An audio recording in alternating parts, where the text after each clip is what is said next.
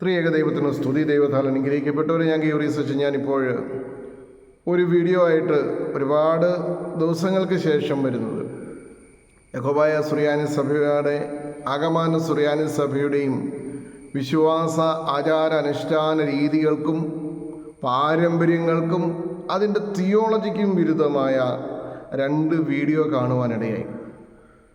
രണ്ടും ഈ സഭയിലെ 2 മെത്രാപ്പൊലീത്തന്മാരാണ് അതിൻ്റെ കാരണഭൂതന്മാരെന്ന് മനസ്സിലായപ്പോൾ ഒത്തിരി പേര് എനിക്ക് ഈ വീഡിയോ ഇട്ടു തന്നു. വൈദികരും അതുപോലെ അൽമായരുമായിട്ടുള്ളവരും. അപ്പോൾ അവരെ സംബന്ധിച്ചിടത്തോളം, വൈദികരെ സംബന്ധിച്ചിടത്തോളം പലപ്പോഴും ഇത്തരം കാര്യങ്ങളിൽ അമർഷമുണ്ടെങ്കിൽ അവർക്ക് പ്രതികരിക്കുക എന്നുള്ളതിനൊരു പരിമിതിയുണ്ട്. അപ്പം ഞാൻ പ്രതികരിച്ചോട്ടെ, അതിൻ്റെ കുറ്റം എനിക്ക് കിട്ടിക്കോട്ടെ എന്നോർത്തിട്ടും കൂടി ആയിരിക്കാം അങ്ങനെ ഇട്ട് തന്നത്. എന്തുമായിക്കോട്ടെ, എനിക്കത് വിഷയമല്ല. പക്ഷെ ഞാനത് കണ്ടപ്പോൾ, ഞാൻ പ്രത്യേകിച്ച് ഇപ്പോൾ ഇത്തരം കാര്യങ്ങളിലൊന്നും തലയിടാതെ എൻ്റെ കാര്യം മാത്രം നോക്കി മുമ്പോട്ട് പോകുന്നൊരവസ്ഥയിലാണ് ജീവിക്കുന്നത്. അതിന് പല കാരണങ്ങളുമുണ്ട്, അതെന്തെങ്കിലുമായിട്ട്. പക്ഷെ ഞാൻ ഈ വീഡിയോ 2 കണ്ടപ്പോൾ ഒന്നാമതായിട്ട് എന്താണ് ഇവരുദ്ദേശിക്കുന്ന ഈ രീതി എന്നതും, അതുപോലെ തന്നെ ഹല എന്ന് വേറൊരു മെത്രാച്ചൻ, ഈ ഹല എന്താണെന്നും എനിക്ക് ഇന്ന് വരെ മനസ്സിലായിട്ടില്ല. ഇനി ഇത് അന്യഭാഷ വരം ലഭിച്ചതാണെങ്കിൽ ഇവർക്ക് ലഭിച്ച അന്യഭാഷാ വരം എന്താണ് എന്ന് എനിക്കിതുവരെ മനസ്സിലാക്കാൻ കഴിഞ്ഞിട്ടില്ല. കാരണം അപ്പോസ്തല പ്രവൃത്തികൾ 2-ാം അധ്യായം അതിൻ്റെ 1 മുതലുള്ള വാക്യങ്ങൾ വായിക്കുമ്പോൾ അവിടെ ഇങ്ങനെ രേഖപ്പെടുത്തിയിട്ടുണ്ട്: ആകാശത്തിന് കീഴിലുള്ള സകല ദേശത്തു നിന്നും അവിടെ പാർത്തിരുന്ന യഹൂദന്മാരടക്കമുള്ളവർ, അറബികളുണ്ട്, മറ്റനേകർ അവിടെ വരികുമ്പോൾ പെന്തിക്കോസ്തി പെരുന്നാളിൻ്റെ ദിവസം ശിഷ്യന്മാരുടെ മേൽ പരിശുദ്ധാത്മാവ് പിളർന്ന നാവിൻ്റെ രൂപത്തിൽ ഓരോരുത്തരുടെ മേൽ ആവസിക്കുകയും അവർ അന്യഭാഷകൾ സംസാരിക്കുകയും ചെയ്തു. 120ഓളം ശിഷ്യന്മാർ, മാതാവ് ഉൾപ്പെടെയുള്ളവരവിടെ കൂടിയിരുന്നു. അതിൽ ശിഷ്യന്മാർ ഇങ്ങനെ അന്യഭാഷയിൽ സംസാരിച്ചു. ഈ അന്യഭാഷ എന്ന് പറഞ്ഞത് അവിടെ കൂടി വന്ന ആകാശത്തിന് കീഴിലുള്ള വിവിധ ദേശങ്ങളിൽ താമസിക്കുന്ന യഹൂദന്മാരും അറബികളും മറ്റ് യവനന്മാരും റോമക്കാരും ഇങ്ങനെ അടങ്ങിയ അനേക ഭാഷകൾ ദേശത്ത് സംസാരിക്കുന്ന, വിവിധ ഭാഷകൾ സംസാരിക്കുന്ന ആളുകളുടെയുണ്ട്. അവർ വന്നപ്പോൾ അവർ രാവിലെ ഇത് കേൾക്കുമ്പോൾ അവരവരുടെ ഭാഷയിൽ അവർക്കത് മനസ്സിലായി എന്ന് വളരെ സ്പഷ്ടമായിട്ട് അവിടെ എഴുതി വച്ചിട്ടുണ്ട്. അപ്പോൾ പിന്നെ ഇവർക്ക് കിട്ടുന്ന അന്യഭാഷ ഏതാണ്? പെന്തിക്കോസ്തുകാരെ പോലും ഒരു പരിധിവരെ ഈ പരിപാടി നിർത്തി. കാരണം അവരുടെ യുവജനങ്ങൾക്ക് പോലും ഇത് തട്ടിപ്പാണെന്ന് മനസ്സിലായപ്പോൾ അവർ പോലും അതിനെ എതിർക്കാൻ തുടങ്ങി എന്നതാണ് അതിൻ്റെ ഒരു കാരണം. പിന്നെ കരിസ്മാറ്റിക് പ്രസ്ഥാനം, ഈ 2 മെത്രാപ്പൊലീത്തന്മാരോടും എനിക്കൊരു കാര്യം ചോദിക്കാനുള്ളൂ. നമ്മുടെ കർത്താവായ യേശു മിശിഹ തൻ്റെ പരിശുശ്രൂഷയുടെ അവസാന കാലത്ത് തൻ്റെ ശിഷ്യന്മാരെ അയച്ച് തനിക്ക് പെസഹ ആചരിക്കണം എന്ന നിശ്ചയമുണ്ടായപ്പോൾ കർത്താവ് പെസഹ ആചരിച്ചുകൊണ്ട് അപ്പവും വീഞ്ഞും എടുത്ത് വാഴ്ത്തി ശുദ്ധീകരിച്ച ശിഷ്യന്മാർക്ക് കൊടുത്തിട്ട് ഇത് ഭക്ഷിക്കുകയും പാനം ചെയ്യുകയും ചെയ്യാനാണ് പറഞ്ഞത്. അതല്ലാതെ അരളിക്കായ്ക്കകത്ത് വെച്ചിട്ട് അതേ നോക്കി ആരാധിക്കാൻ പറഞ്ഞ ഒരു വചനം വിശുദ്ധ വേദപുസ്തകത്തിൽ ഉണ്ടെങ്കിൽ എന്ന് കാണിച്ചു തന്നതായിരുന്നു. ഇനി അതിലൊരു മെത്രാച്ചൻ രീതി പറഞ്ഞ ആൾ പറയുന്നുണ്ട്, തലമുറയായി കിട്ടിയ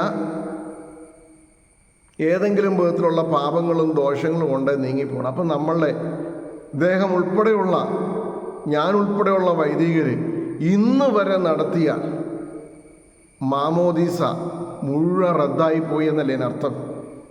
മാമോദീസായുടെ പ്രൊമിയോസുതരയ്ക്കകത്തും അതിൻ്റെ പ്രാരംഭ പ്രാർത്ഥനയ്ക്കകത്തും വളരെ സ്പഷ്ടമായിട്ട് പഴയ മനുഷ്യനെ ഉരിഞ്ഞു കളഞ്ഞ് പുതിയ മനുഷ്യനെ ആക്കി തീർക്കുന്നു എന്ന് പറയുന്നുണ്ട്.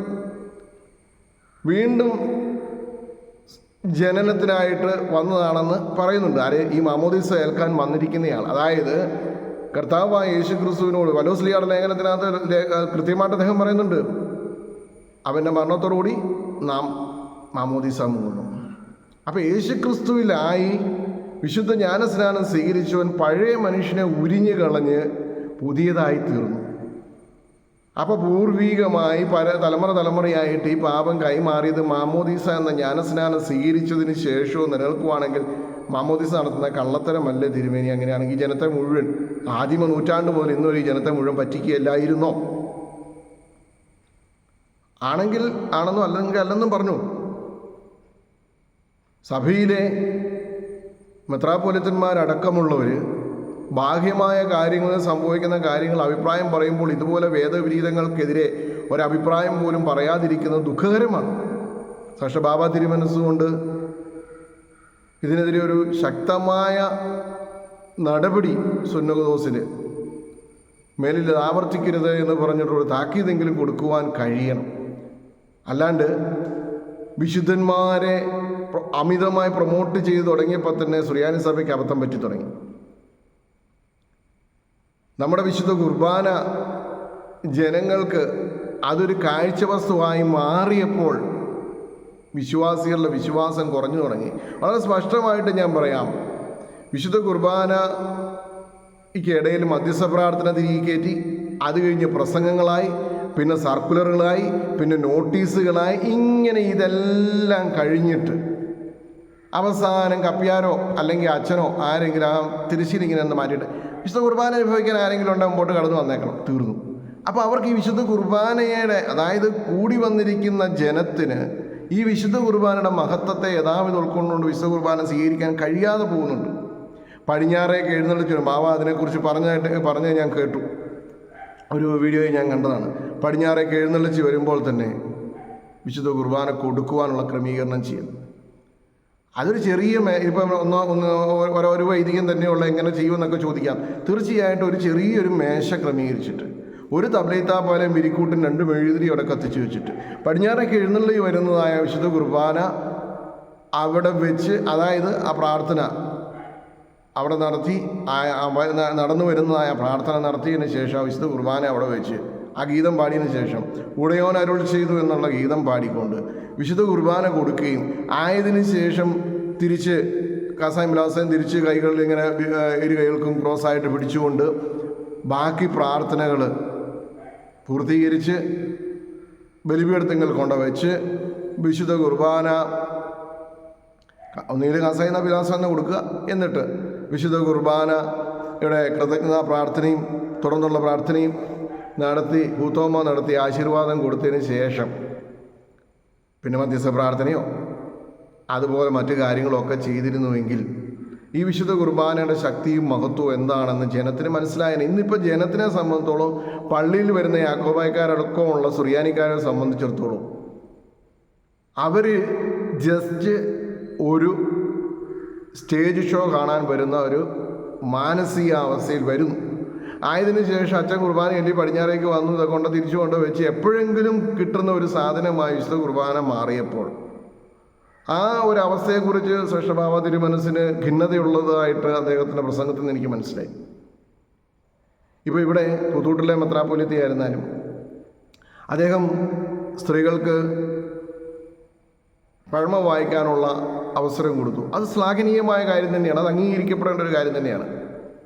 സ്ത്രീകൾക്ക് ശുശ്രൂഷ, അതായത് അവിവാഹിതരായിട്ടുള്ള കുട്ടികളായിട്ടുള്ള സ്ത്രീകൾക്ക് ശുദ്ധവൃത്തിയുള്ള സമയത്ത് വിശുദ്ധ ബലിപീഠത്തിങ്കൽ ശുശ്രൂഷകരായി കയറാനുള്ള അനുമതിയും കൂടെ കൊടുക്കണമെന്ന അഭിപ്രായക്കാരനാണ് ഞാൻ. പണ്ട് തൊട്ടേ ഞാൻ അതിനെക്കുറിച്ച് അഭിപ്രായം പറഞ്ഞിട്ടുള്ള ഒരാളാണ്. അതൊരു വലിയൊരു കാര്യമാണ്. അല്ലാതെ സ്ത്രീകളൊരു മാറ്റി നിർത്തപ്പെടേണ്ട ക്യാരക്ടറുകളല്ലല്ലോ. അതായത് കുഞ്ഞു കുട്ടികളായിരിക്കട്ടെ, അതുപോലെ തന്നെ മുതിർന്നവരായിരുന്നാലും ശുദ്ധവൃത്തി ഉണ്ടെങ്കിൽ അവർ വിശുദ്ധ ബലിപീഠത്തിങ്കൽ ശുശ്രൂഷ കുപ്പായമിട്ട് മാന്യമായ വിധത്തിൽ മൂടുപടം ധരിച്ചുകൊണ്ട് വിശുദ്ധ കുർബാനയിൽ ശുശ്രൂഷകരായി പങ്കെടുക്കുന്നത് പോലും നല്ലതാണ് എന്ന അഭിപ്രായക്കാരനാണ് ഞാൻ. അതിന് ഒരു പരിധിവരെ അതിൻ്റെ ഒരു ചുവട് വെച്ച തൂത്തൂട്ടിലെ തിരുമേനിയെ അംഗീകരിക്കുന്നു, അതിനെ ബഹുമാനിക്കുന്നു. അതായത് എന്താ പറയുക, ഈ പഴമ വായിക്കാനുള്ള അവസരം എങ്കിലും കൊടുത്തു. അതൊക്കെ നമുക്ക് മാനിക്കാം. പക്ഷേ സഭയുടെ വിശ്വാസത്തിനും സഭയുടെ പാരമ്പര്യങ്ങൾക്കും നമ്മൾ ചൊല്ലുന്ന പ്രാർത്ഥനകൾക്കും പോലും ഘടകവിരുദ്ധമായ വിധത്തിൽ കരിസ്മാറ്റിക് എന്ന് പറയുന്നതായ പൈശാചിക ശക്തിയെ സഭയിലേക്ക് ആവാഹിച്ചു കൊണ്ടുവരുന്ന നടപടിക്രമങ്ങൾ തടയപ്പെടേണ്ടതാണ്. വിശുദ്ധ കുർബാനക്രമത്തിലും കുർബാനക്രമം ജനങ്ങൾ ചെല്ലുന്നതിനകത്തായിരുന്നാലും അതുപോലെ തന്നെ വൈദികർ ചെല്ലുന്ന തക്സയ്ക്കകത്തായിരുന്നാലും അതിൻ്റെ അർത്ഥവും ക്രമം എന്നാണല്ലോ. അതിനകത്തായിരുന്നാലും ആ പ്രാർത്ഥനയുടെ ആഴങ്ങളും പരപ്പുകളും കൃത്യമായി മനസ്സിലാക്കി കഴിഞ്ഞാൽ പിന്നെ ഈ ഒരു ധ്യാനകേന്ദ്രങ്ങളില്ല. ധ്യാനിക്കുക എന്ന് പറഞ്ഞാൽ ഏകമായിരുന്ന് ദൈവവുമായിട്ട് സംവദിക്കുക എന്നുള്ള, പിന്നെയുള്ളത് ഒച്ചയും ബഹളവും വെക്കുന്ന സ്ഥലങ്ങളാണ്. അവിടെ പോകേണ്ട കാര്യങ്ങൾ വരുന്നില്ല. ഒരു പരിധി വരെ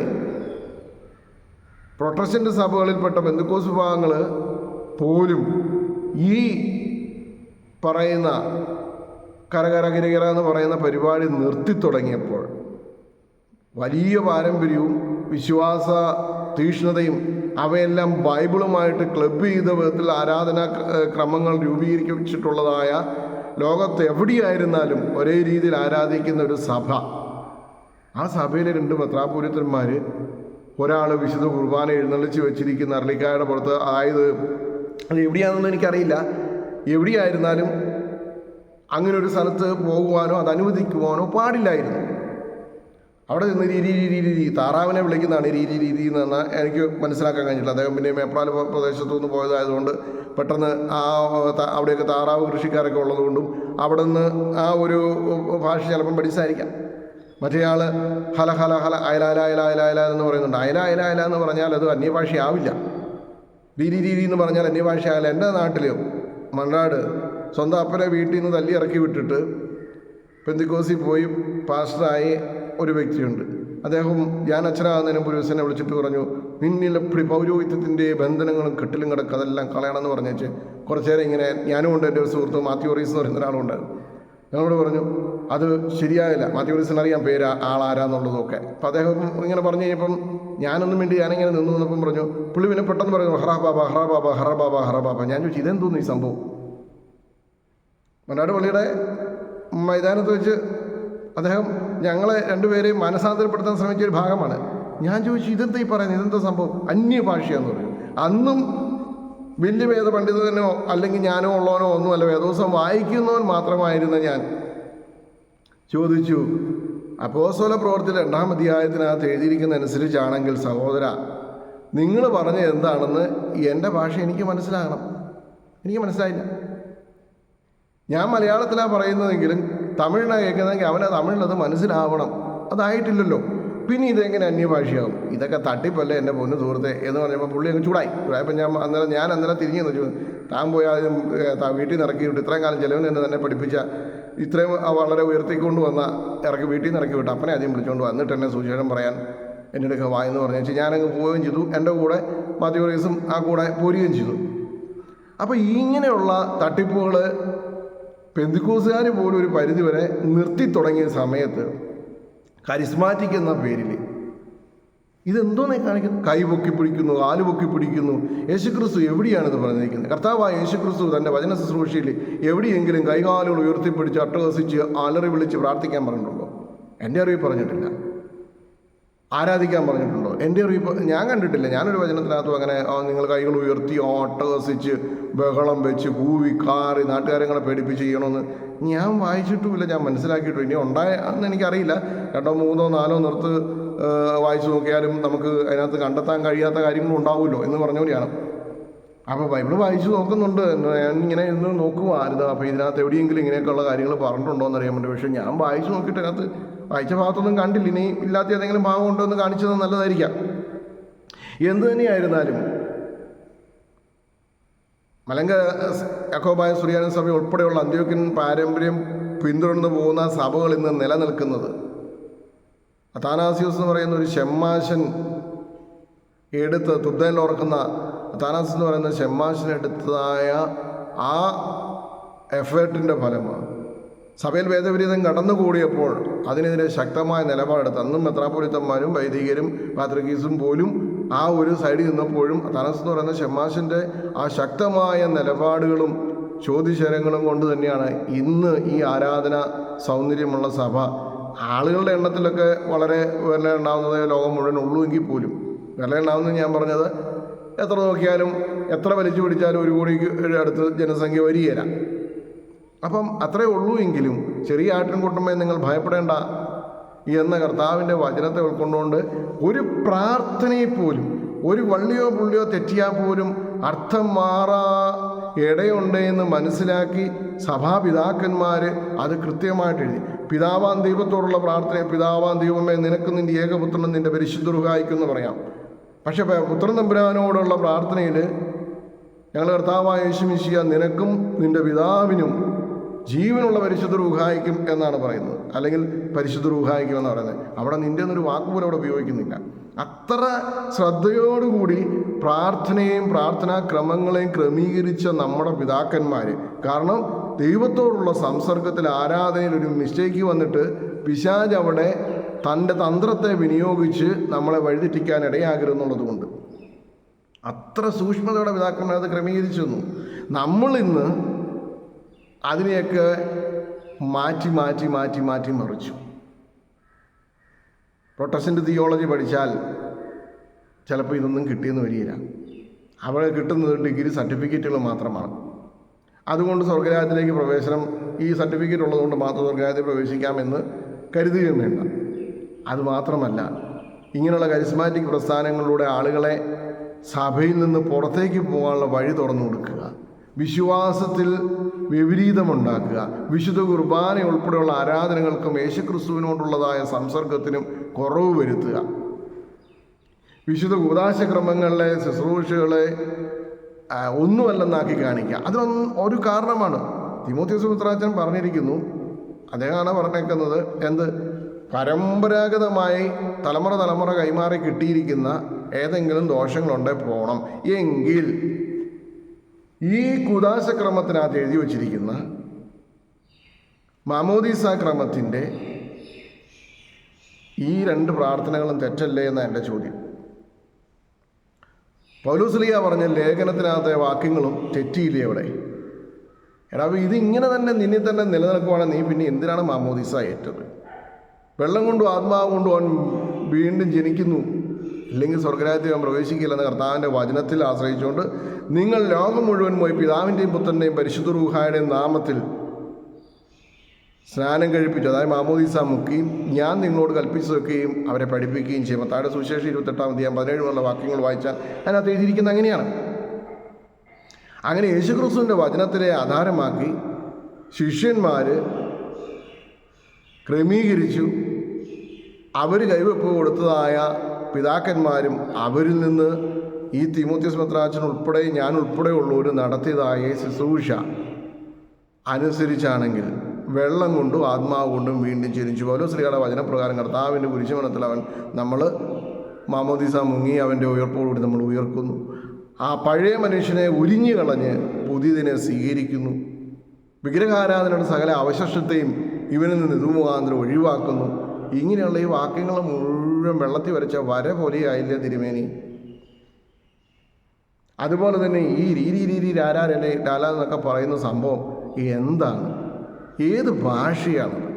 ഏത് ഭാഷയിലുള്ള സംസാരമാണ്? ഇതാർക്കാണ് മനസ്സിലാക്കുന്നത്? വിശുദ്ധ വേദോസിലൊരു വാക്യം കൂടി വേറെ ഉണ്ട്. നിങ്ങളിൽ അന്യഭാഷ വരവുള്ളവൻ പറയുമ്പോൾ അത് വ്യാഖ്യാനിച്ചു കൊടുക്കാൻ, മനസ്സിലാക്കി, അതായത് കേൾക്കുന്നവൻ അത് എന്തുകൊണ്ടാണ് അങ്ങനെ പറയേണ്ടി വന്നതെന്ന് വ്യാഖ്യാനിച്ചു കൊടുക്കാൻ കഴിവുള്ളവനില്ല, മിണ്ടാതിരിക്കട്ടെ എന്നാണ് പറയുന്നത്. ഇപ്പം ഞാൻ പറയുന്നു മലയാളത്തിൽ അല്ലെങ്കിൽ മറ്റൊരു ഭാഷയിൽ, അതായത് വേറൊരുത്തൻ്റെ അവന് മനസ്സിലാകുന്ന ഭാഷ. ഇപ്പോൾ ഞാൻ തമിഴിനോട് സംസാരിക്കുമ്പോൾ തമിഴാണ് സംസാരിക്കുന്നത്, യേശു ക്രിസ്തുവിനെ കുറിച്ചും ജീവനുള്ള വചനത്തെക്കുറിച്ചുമാണ് പറഞ്ഞത്. പക്ഷേ ഞാൻ പറയുന്നതിനൊരു പരിമിതി ഉണ്ടാവും തമിഴിൽ. പക്ഷേ ആ തമിഴിൽ ഈ കാര്യങ്ങളെ കൃത്യമായി കുറച്ചും കൂടെ വ്യക്തമായി വ്യാഖ്യാനിച്ചു കൊടുക്കാൻ കഴിവുള്ളവൻ എൻ്റെ കൂടെ മിണ്ടാതിരിക്കട്ടെ എന്നാണ്. തമിഴോ ഇംഗ്ലീഷോ ഹിന്ദിയോ തെലുങ്കോ എന്തുമാണ് ഈ വചനങ്ങൾക്ക് വിലയുണ്ടോ? ഇങ്ങനെ രീതി പറയുമ്പോൾ ഈ രീതി ഏത് മനുഷ്യൻ സംസാരിക്കുന്ന ഭാഷയാണ്? ഏത് സംസ്കാരത്തിലുള്ളതാണ്? സുറിയാനിയ, അറബിയ, യസീദികളുടെ ഭാഷ? അതോ ഇനി ഇന്ത്യയിലെ 6000-ലധികം വരുന്ന ഭാഷകൾ ഏതെങ്കിലും ഒന്നാണോ? അതായത് 6000-ലധികം ഭാഷകളെന്ന് പറഞ്ഞത് ഉപഭാഷകളെല്ലാം കൂടെ ചേർത്തിട്ടാണ്, ഓരോ ദേശത്തിൻ്റെയും ഉപഭാഷകളോടും ചേർത്തിട്ടാണ് ഇത്രയും ഭാഷയെക്കാണ്ട് ഇന്ത്യയിലുണ്ടെന്ന് പറയുന്നത്. കൃത്യം എനിക്കറിയില്ല, എന്ത് ആയിക്കൊള്ളട്ടെ. എന്തായിരുന്നാലും 100 വകഭേദങ്ങളുണ്ട്. ലോകം മുഴുവൻ അനേക ഭാഷകളുടെ വകഭേദങ്ങളുണ്ട്. ഇവയിൽ ഏതെങ്കിലും ഒന്നാണോ? ആണെങ്കിൽ പറഞ്ഞത് ക്ഷമിച്ചേക്കുക, അല്ലെങ്കിൽ ഇനിയെങ്കിലും വിശ്വാസികളെ വഴിതെറ്റിക്കാണ്ടിരിക്കുക. വിശുദ്ധ കുർബാനയിൽ സംബന്ധിക്കുന്നവർക്ക് ആ വിശുദ്ധ കുർബാനയുടെ ആരാധനയുടെ ആ പ്രാർത്ഥനയുടെ കാര്യങ്ങളൊന്ന് വ്യാഖ്യാനിച്ചു കൊടുക്കുക. തിരുമേനി, ഈ കഴിഞ്ഞ ദിവസം കത്തോലിക്ക സഭയിലെ ഒരു പെൺകുട്ടി എന്നെ വിളിച്ചിട്ട് ആ പെൺകുട്ടി ആദ്യമായിട്ട് ഒരു കല്യാണത്തിന് നമ്മുടെ സഭയുടെ വിവാഹ ശുശ്രൂഷയിൽ പങ്കെടുക്കുന്നത്. അപ്പം ആ പെൺകൊച്ച് നമ്മുടെ സഭയിൽ തന്നെ പെട്ട ഒരാളോട് ചോദിച്ചു. ആരാണെന്നും ഞാൻ പറയുന്നില്ല, പേരും അഡ്രസ്സും അടക്കം എന്നോട് പറഞ്ഞാണ്, പക്ഷെ ഞാൻ പറയുന്നില്ല. അദ്ദേഹത്തോട് ചോദിച്ചു, അതെന്താണ് ഈ മണവാളൻ തൻ മുടി കർത്താവിൻ്റെ തിരുമുൾമുടിയോട് സദൃശ്യവും മണവാട്ടിയുടെ മകുടം സതിമാരോട് തുല്യമെന്നൊക്കെ പാടുന്നതിൻ്റെ അർത്ഥം എന്താണെന്ന് ചോദിച്ചു. അദ്ദേഹം അതിനൊരു കോമഡി രൂപത്തിലൊരു മറുപടിയാണ് പറഞ്ഞു കൊടുത്തത്. മറുപടി പറഞ്ഞത് ഇങ്ങനെയാണ്: അതെങ്ങനെയാണ് ഈ വിവാഹ ജീവിതത്തിൽ ആണുങ്ങൾ മുഴുവൻ ഈ സ്ത്രീകളുടെ സ്വഭാവം കൊണ്ട് ഉൾക്കിരീടം ചുമന്നുകൊണ്ടല്ലേ നടക്കുന്നത്, അതുകൊണ്ട് അങ്ങ് അത് അനുഭവമുള്ള ആരാണ്ട് എഴുതുകയാണെന്ന്. സത്യം പറഞ്ഞു കഴിഞ്ഞാൽ ആ കൊച്ചിന് അത് ഇഷ്ടപ്പെട്ടില്ല. അതുകൊണ്ട് തന്നെ ഇത് കേട്ടുകൊണ്ട് നിന്നയാൾ പറഞ്ഞു, ഞാൻ അച്ഛൻ നമ്പർ തരാം, അച്ഛനെ ഒന്ന് വിളിച്ച് നോക്കുക, അച്ഛൻ ചിലപ്പം പറഞ്ഞു തരുമായിരിക്കും എന്നും പറഞ്ഞിട്ട് എൻ്റെ നമ്പർ കൊടുത്തു. ഈ കുട്ടി എന്നെ വിളിച്ചു. 1 മണിക്കൂറോളം ചോദിച്ചു ഈ കാര്യങ്ങളെക്കുറിച്ച്, വിശുദ്ധ ആരാധനയിൽ എന്തുകൊണ്ടാണിത് പറഞ്ഞിരിക്കുന്നതെന്നും എന്നൊക്കെയുള്ള കാര്യങ്ങളെക്കുറിച്ച് ഞാൻ വ്യക്തമായിട്ട് പറഞ്ഞു കൊടുത്തു. ഇതിൻ്റെ അവസാനം ബാക്കി ഭാഗം കൂടെ പറയണമല്ലോ, ആ ഭാഗം കൂടെ പറഞ്ഞു കൊടുത്തു. ഒരു സ്ത്രീയുടെ ശവസംസ്കാര ശുശ്രൂഷയുടെ 3-ാം ക്രമത്തിൻ്റെ യാക്കോബിൻ്റെ ബോസയ്ക്കകത്ത് അതിൻ്റെ ബാക്കി പറയുന്നുണ്ട് എന്ന് ഞാൻ പറഞ്ഞു. അങ്ങനെ അതിനെ ആ കാര്യങ്ങളൊന്ന് പറഞ്ഞു കൊടുത്ത് അതിന് എക്സ്പ്ലനേഷൻ കൊടുത്തു കഴിഞ്ഞപ്പോൾ യേശുക്രിസ്തു സഹിച്ച ത്യാഗങ്ങൾ, പരിശുശ്രൂഷയുടെ കാലത്ത് അനുഭവിച്ചതായ കാര്യങ്ങളെല്ലാം ഒരു ജഡീകനായൊരു മണവാളൻ തൻ്റെ ജീവിതത്തിൽ, തൻ്റെ കുടുംബജീവിതത്തിൽ കൊണ്ടു നടക്കുമ്പോൾ തൻ്റെ കുടുംബം വെയിൽ കൊള്ളാതെ തണലിലായിരിക്കാൻ വേണ്ടി സഹിക്കേണ്ടി വരും എന്നത് തൊട്ട് അത് സഹിക്കുമ്പോൾ കൂടെ നടക്കുന്ന സതിമാരായിട്ടുള്ള സ്ലീഹന്മാർ എന്തെല്ലാം അനുഭവിച്ചുവോ അതെല്ലാം മണവാളൻ്റെ മണവാട്ടിയായ ഭാര്യയായിട്ട് കൂടെ നിൽക്കുന്നവളും അവൻ്റെ കൂടെ യാത്ര ചെയ്യുമ്പോൾ ആ കുടുംബജീവിതം എന്ന യാത്രയിൽ അനുഭവിക്കേണ്ടി വരും. അവസാനം പതിവൃന്ദം ആ മൃതിയാൽ വേറായെങ്കിൽ അവരൊന്നാകണമേ പുനരുത്ഥാനത്തിൽ എന്ന ആ പ്രത്യാശയോടുകൂടിയാണ് ആ കുടുംബജീവിതത്തിൻ്റെ അവസാനം എന്നത് പറഞ്ഞു കൊടുക്കേണ്ടി വന്നു. ഇങ്ങനെ ഒരുപാട് കാര്യങ്ങൾ പറഞ്ഞു കൊടുക്കാൻ നമുക്കുണ്ടല്ലോ. നമ്മുടെ സഭയിലെ വിശ്വാസങ്ങളെക്കുറിച്ച്, ആചാരാനുഷ്ഠാനങ്ങളെക്കുറിച്ച് നമ്മുടെ സഭയിലെ ജനങ്ങൾ പോലും പൂർണ്ണരല്ല, അവർക്ക് പൂർണ്ണമായി കാര്യങ്ങളെക്കുറിച്ച് അറിയില്ല. അപ്പോൾ അത് ഒന്ന് ഓരോ വാക്യങ്ങൾ, മാമോദീസ മുതൽ 7 കൂദാശകളും, അത് വിശുദ്ധ വേദോസ്തലം എങ്ങനെ ക്ലബ് ചെയ്തിരിക്കുന്നു, കുക്ലിയോനുകൾ എങ്ങനെ ക്ലബ് ചെയ്തിരിക്കുന്നു, ഇതൊക്കെ ഒന്ന് പറഞ്ഞു കൊടുത്താൽ തന്നെ ഈ വിശ്വാസികൾ ഉറയ്ക്കുകയും അവർ ആരാധനകൾ സംബന്ധിക്കുമ്പോൾ അതിൻ്റെ അർത്ഥം മനസ്സിലാക്കി ആരാധിക്കുകയും അത് അവർക്ക് ഗുണകരവും കൂടുതൽ ആരാധനയിൽ സംബന്ധിക്കണമെന്നുള്ള ചിന്തയോടുകൂടി അതിനെ സമീപിക്കുകയും ചെയ്യും. വേണ്ട, ഈ അടുത്ത കാലത്ത് കഴിഞ്ഞ കൂളിയാഴ്ചയ്ക്ക് സമയത്ത് ഞാൻ നടത്തുന്ന ദൈവാലയത്തിൽ കുറേ ആളുകൾ വന്നിരുന്നു. അപ്പം അവിടെ നമ്മൾ പാടിയതായ ഒരു ഗീതം അവർക്ക് അങ്ങോട്ട് ദഹിച്ചില്ല. പൗരോഹിത്യം, രാജ്യം, പ്രവചനമെന്നീവയെല്ലാം യോധന്മാരെ നിങ്ങളുടെ നിലയം സർവം ശൂന്യം. ഈ ഗീതം പാടിയപ്പം കുറച്ച് പേരത് പാടാനും അതിന് അല്ലെങ്കിൽ അത് ശരിയല്ല എന്ന് പറയാനും ഒക്കെ തയ്യാറായി എൻ്റെ അടുക്ക വന്നു. ഞാൻ പറഞ്ഞു, ഇത് ഞാൻ പറഞ്ഞതോ പിതാക്കന്മാർ ഈണത്തിൽ എഴുതി വെച്ചതല്ല, സങ്കീർത്തനത്തിൽ പറഞ്ഞിരിക്കുന്നത്. സങ്കീർത്തനം 8-ാം അധ്യായം 8-ാം വാക്യം എടുത്ത് വായിച്ചേ എന്ന് പറഞ്ഞ് വായിപ്പിച്ച് അവരെ ബോധ്യപ്പെടുത്തി കൊടുത്തു വിട്ടു. ഇങ്ങനെ കുറേ കാര്യങ്ങളുണ്ട് നമ്മുടെ ആളുകൾക്ക് ഉൾക്കൊള്ളാൻ പറ്റും. എവിടെ നിന്ന് പറഞ്ഞ ഈശോ എന്നുള്ള ഗീതം അതെവിടെ നിന്ന് വന്നു? ഒരു വിഡ്ഢിത്തരം നമ്മൾ പഠിപ്പിക്കുന്നുണ്ടല്ലോ, കൊട്ടാരത്തിൽ ശങ്കുണ്ണിയാണത് എഴുതിയെന്നൊക്കെ. അതിനേക്കാൾ വലിയ വിഡ്ഢിത്തരം വേറെ ഇല്ലല്ലോ. നൂറ്റാണ്ടുകളായി സുറിയാനി സഭ എഴുതിയിരുന്നതായ അല്ലെങ്കിൽ പാടിയിരുന്നതായ ആ വെളിവ് നിറഞ്ഞ ഈശോ എന്നുള്ള ആ പാട്ട് മലയാളത്തിലേക്ക് ട്രാൻസ്ലേറ്റ് ചെയ്തപ്പോൾ അതിൻ്റെ ഈണവും താളവും മുക്കുന്ന വിധത്തിലുള്ള വാക്കുകൾ ചിട്ടപ്പെടുത്തി കൊടുത്തു എന്നതിനപ്പുറം കൊട്ടാരത്തിൽ ശങ്കുണ്ണിക്കകത്ത് വലിയ റോളൊന്നും ഇല്ല എന്ന് നമുക്ക് എത്ര പേർക്കറിയാം. ഇത് ഈ ജനത്തോടൊന്ന് പറഞ്ഞു കൊടുത്താൽ എന്താ നമുക്ക് നഷ്ടം വരുന്നത്? എല്ലാ കാര്യങ്ങൾക്കകത്ത് അഭിപ്രായം പറയണമെന്നല്ല, മറിച്ച് ഇപ്പം സർക്കാരിൻ്റെ ഭാഗത്തൊരു വീഴ്ച വന്ന് അതിനെ നമ്മൾ അത് അങ്ങനെ കാണരുത് ഇങ്ങനെ കാണണം എന്നൊക്കെ പറയാൻ നമുക്ക് പറ്റുന്നുണ്ടെങ്കിൽ ഇത്തരം കാര്യങ്ങൾ വരുമ്പോൾ അതിനെക്കൂടി ഒന്ന് ജനങ്ങൾക്ക് വേണ്ടുന്നത് വിശ്വാസമാണ്. വിശുദ്ധ വേദപുസ്തകവുമായിട്ട് നമ്മുടെ ആരാധനകളും ആരാധനക്രമങ്ങളും എങ്ങനെ ക്ലബ്ബ് ചെയ്തിരിക്കുന്നു എന്ന് ഈ ജനത്തെ ബോധ്യപ്പെടുത്തി കൊടുക്കുന്നതിന് പകരം അത്രയും മഹത്തരമായ ആരാധനായ ഗീതങ്ങളും പ്രാർത്ഥനകളും ഉള്ളതായ നമ്മുടെ കൂദാശക്രമങ്ങൾ ആണ്ടുതക്സ അടക്കമുള്ള കൂദാശക്രമങ്ങൾക്കനുസരിച്ച് ആ കാര്യങ്ങളെ ബൈബിളിൽ എങ്ങനെ രേഖപ്പെടുത്തിയിരിക്കുന്നത് എവിടെയൊക്കെ എങ്ങനെയൊക്കെ എടുത്തിരിക്കുന്നു എന്നൊന്നും മനസ്സിലാക്കി കൊടുക്കുന്നതിന് പകരം എങ്ങാണ്ട് കിടക്കുന്ന ഈ കരിസ്മാറ്റിക് കൊട്ടുപാട്ടും കുറേ വിശുദ്ധന്മാരുടെ ഫോട്ടോ വെച്ച് ആരാധിക്കുക, വിഗ്രഹാരാധന സുറിയാനിക്കാരൻ്റെ പാരമ്പര്യത്തിലുള്ളതല്ലല്ലോ. അങ്ങനെ കുറേ എന്താ പറയുന്നത്, കുറേ വിശുദ്ധന്മാരുടെ മധ്യസ്ഥതയ്ക്ക് മുൻതൂക്കം കൊടുക്കുക, ട്രഡീഷണൽ ആയിട്ടുള്ള പാരമ്പര്യമായിട്ടുള്ള വിശ്വാസത്തിൽ നിന്ന് വിട്ടിട്ട് ട്രെൻഡായിട്ടുള്ള വിശുദ്ധന്മാരുടെ പുറകെ പോകുന്ന ഒരു സമൂഹമുണ്ട്. ആ സമൂഹത്തിനോട് സമരസപ്പെടുന്ന രീതിയിലാണ് ഇന്ന് ഈ സഭ പല കാര്യങ്ങളും കാണിക്കുകയും ചെയ്യുകയും ചെയ്യുന്നത്. അതിൻ്റെ ഫലം എന്താണെന്ന് ചോദിച്ചു കഴിഞ്ഞാൽ ഒരുപാട് പേര് ഒന്നീ വിശ്വാസത്തിൽ നിന്ന് അങ്ങ് പോകും. യേശുക്രിസ്തു തൻ്റെ ജീവനുള്ള വചനത്തിൽ ഇപ്രകാരം പറഞ്ഞിട്ടുണ്ട്, മനുഷ്യപുത്രൻ രണ്ടാമത് വരുമ്പോൾ ഭൂമിയിൽ വിശ്വാസം കണ്ടെത്തുമോ എന്നാണ് ചോദ്യം. അല്ലാതെ ക്രിസ്ത്യാനിയെ കണ്ടെത്തുമോ എന്നുള്ള ചോദ്യം അവിടെ ഉണ്ടായിട്ടില്ല. അതായത് നാമതേ ക്രിസ്ത്യാനികളെ കണ്ടെത്തുമെന്നോ അല്ലെങ്കിൽ ഇങ്ങനെ പ്രാർത്ഥനയും ആരാധനയായിട്ട് നടക്കുന്ന അല്ലെങ്കിൽ വെച്ചാൽ മധ്യസ്ഥന്മാരെയും വിശുദ്ധന്മാരെയും മാത്രം പ്രൊമോട്ട് ചെയ്തുകൊണ്ട് നടക്കുന്നവരെ കണ്ടെത്തുമെന്നൊന്നും അല്ല ചോദിച്ചേ. യേശുക്രിസ്തു പറഞ്ഞു കൊടുത്തതായ വിശ്വാസ സത്യങ്ങളെ അതേപോലെ അംഗീകരിക്കുകയും അനുസരിക്കുകയും പാലിക്കുകയും ചെയ്യുന്നവരെ കണ്ടെത്തുമോ എന്നാണ് ചോദ്യം. ഞാൻ പറഞ്ഞല്ലോ, വ്യക്തിപരമായിട്ട് എനിക്ക് ആരോടും എതിർപ്പില്ല. ഞാൻ എൻ്റെ ആശയങ്ങളാണ് പറയുന്നത്. എൻ്റെ ആശയങ്ങളല്ല, പല ആളുകളും ഇട്ട് തന്നേച്ച് എന്നോട് ചോദിച്ച ചോദ്യങ്ങൾക്കുള്ള മറുപടിയാണ്. അതിൽ വൈദികരുമുണ്ട്, അവർക്ക് എന്നെ കൊണ്ട് ചോറ് വാരിക്കണം എന്ന് ചിന്തിച്ചുകൊണ്ട് ഇട്ട് തന്നവരുമുണ്ട്. അതല്ലാതെ ഇതിനെ എതിർത്ത് നഖശികാന്ത് എതിർത്ത് പറയാൻ ധൈര്യമില്ലാത്തവരുമുണ്ട്. രണ്ടു കൂട്ടത്തിലും പെടുന്നയാളല്ല ഞാൻ. അതുകൊണ്ട് എനിക്കതൊരു പ്രശ്നവുമല്ല. എന്നെ സംബന്ധിച്ചിടത്തോളം എന്നോട് വ്യക്തിവൈരാഗ്യമാണ് പലപ്പോഴും നിങ്ങളൊക്കെ വെച്ച് പുലർത്താറ്. എനിക്ക് നിങ്ങൾ ആരോടും, ഒരു യാക്കോബായ സഭയിലെന്നല്ല, ലോകത്തൊരു മനുഷ്യരോടും വ്യക്തിവൈരാഗ്യം എനിക്കില്ല. എല്ലാ കാര്യങ്ങളിലും അഭിപ്രായം പറയുകയും അല്ലെങ്കിൽ അഭിപ്രായം ആണ് അവസാന വാക്കെന്ന് വിചാരിക്കുന്ന ആളല്ല ഞാൻ. വ്യക്തിപരമായ വൈരാഗ്യം വെക്കാതെ എനിക്ക് ശരിയെന്ന് തോന്നുന്ന കാര്യങ്ങൾ ഞാൻ അഭിപ്രായം പറയും. എനിക്ക് തെറ്റെന്ന് തോന്നുന്ന കാര്യങ്ങളെക്കുറിച്ച് ഞാൻ വിശകലനം ചെയ്യും.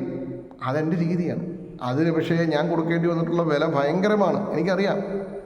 പക്ഷെ ആരെങ്കിലും അനേകർക്ക് വേണ്ടി ഒരുവൻ മരിക്കുന്നത് നല്ലതെന്ന് കർത്താവിനെക്കുറിച്ച് കയ്യാഫ പറഞ്ഞ പോലെ ഈ സഭയെന്ന സത്യവിശ്വാസത്തിലെ ഇത്തരം കോമാളിത്തരങ്ങൾ കാണുമ്പോൾ അനേകർക്ക് വേണ്ടി ഞാനൊരാൾ വഴിയേക്കുന്നതിന് എനിക്ക് സങ്കടമൊന്നുമില്ല.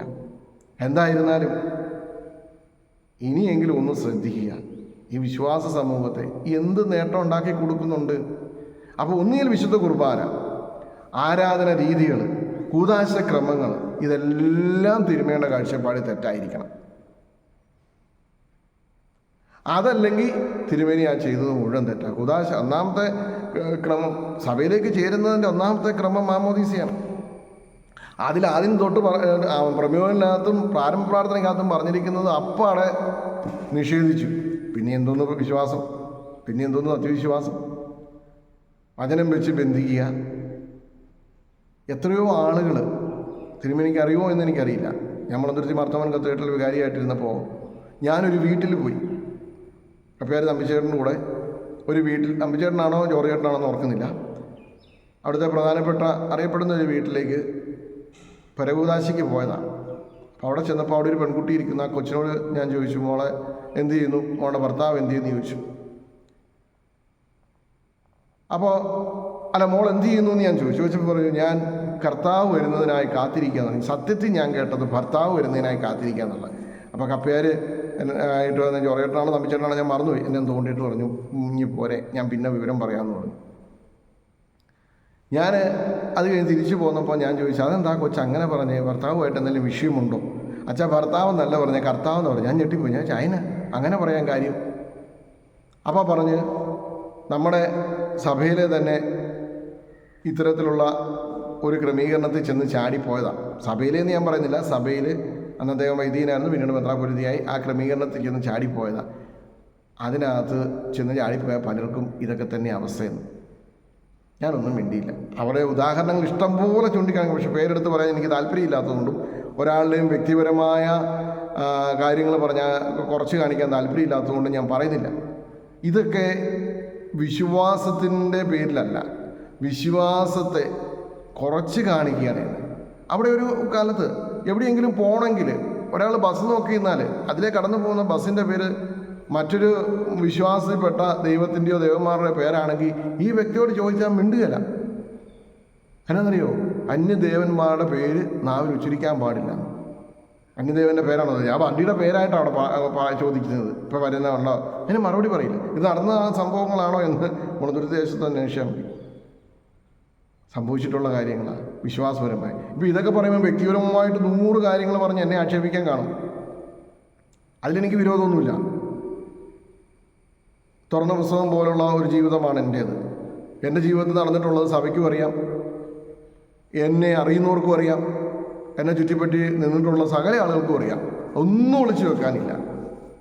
അപ്പോൾ ഇന്ന് തിരുമനസ്സും, അതായത് തിമോത്തി തിരുമേനിയായിരുന്നാലും അതുപോലെ തന്നെ തൂത്തുട്ടിലെ ഫെലിക്സ് തിരുമേനി ആരായിരുന്നാലും ഞാൻ നിങ്ങളെ ഉപദേശിക്കാനൊന്നും ആളായിട്ടില്ല, അതിനുള്ള യോഗ്യത എനിക്കില്ല എന്ന് എനിക്കറിയാം. പക്ഷേ ഈ വിശ്വാസത്തിന് വിരുദ്ധമായത് കാണിച്ചപ്പോൾ പറഞ്ഞു പോയി എന്ന് മാത്രം. ഇനി അതിൻ്റെ പേരിൽ ആശയപരമായിട്ട് എന്നോട് എതിർപ്പുണ്ടെങ്കിൽ ആശയപരമായി തന്നെ അതിന് മറുപടി ഞാൻ പറയാം. പക്ഷേ വ്യക്തിപരമായിട്ട് എതിർപ്പുണ്ടെങ്കിൽ അതിനൊരു മറുപടിയും ഞാൻ പറയില്ല. അത് ദൈവസന്നിധിയിലേക്ക് ഞാൻ വിട്ടേക്കാം. കാരണം അതിന് മറുപടി പറയേണ്ട കാര്യം എനിക്കില്ല. അതുകൊണ്ടാണ്. ദൈവം അനുഗ്രഹിക്കട്ടെ എല്ലാവരെയും. വിശ്വാസത്തെ ഇത്തരത്തിൽ ഇകഴ്ത്തുന്ന ഒരു പരിപാടി ഉണ്ടാവരുത്.